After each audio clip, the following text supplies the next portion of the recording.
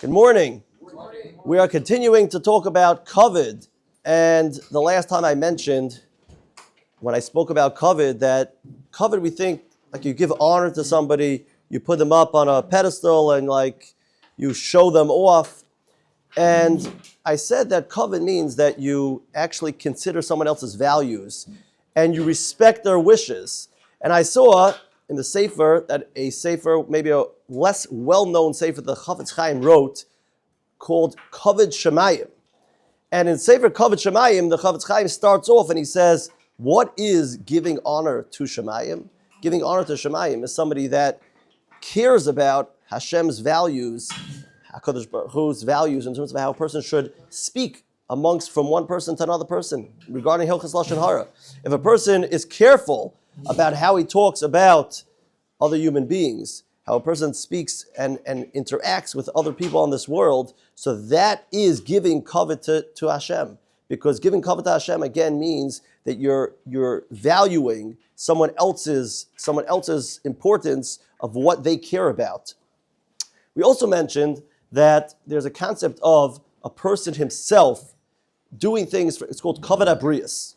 Kavod Abrius is a terminology that's used that sometimes in halacha, a person maybe would have to be required midrabanan to, let's say, take off an article of clothing or something of the like. And there's a halacha that says that Kavod Abrius, for a person's own dignity, the halacha says, Hashem says, that a person's allowed to forego the halacha because a person's supposed to be dignified.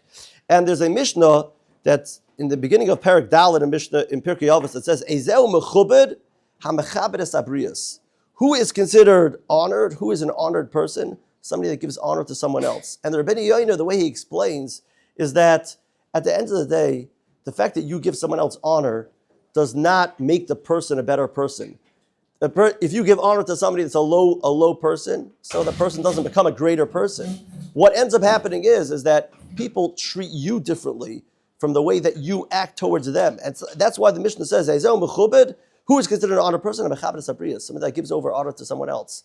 Based on this, the same concept of Kavod Abrius. If a person wants to be an honored man, if he walks around as a dignified person, if he walks around with a person that understands that he's a Tzelem Elokim, he's a creation of God, so then a person will be bringing on himself honor because he's going to act in a dignified manner, and that will cause other people to treat him accordingly.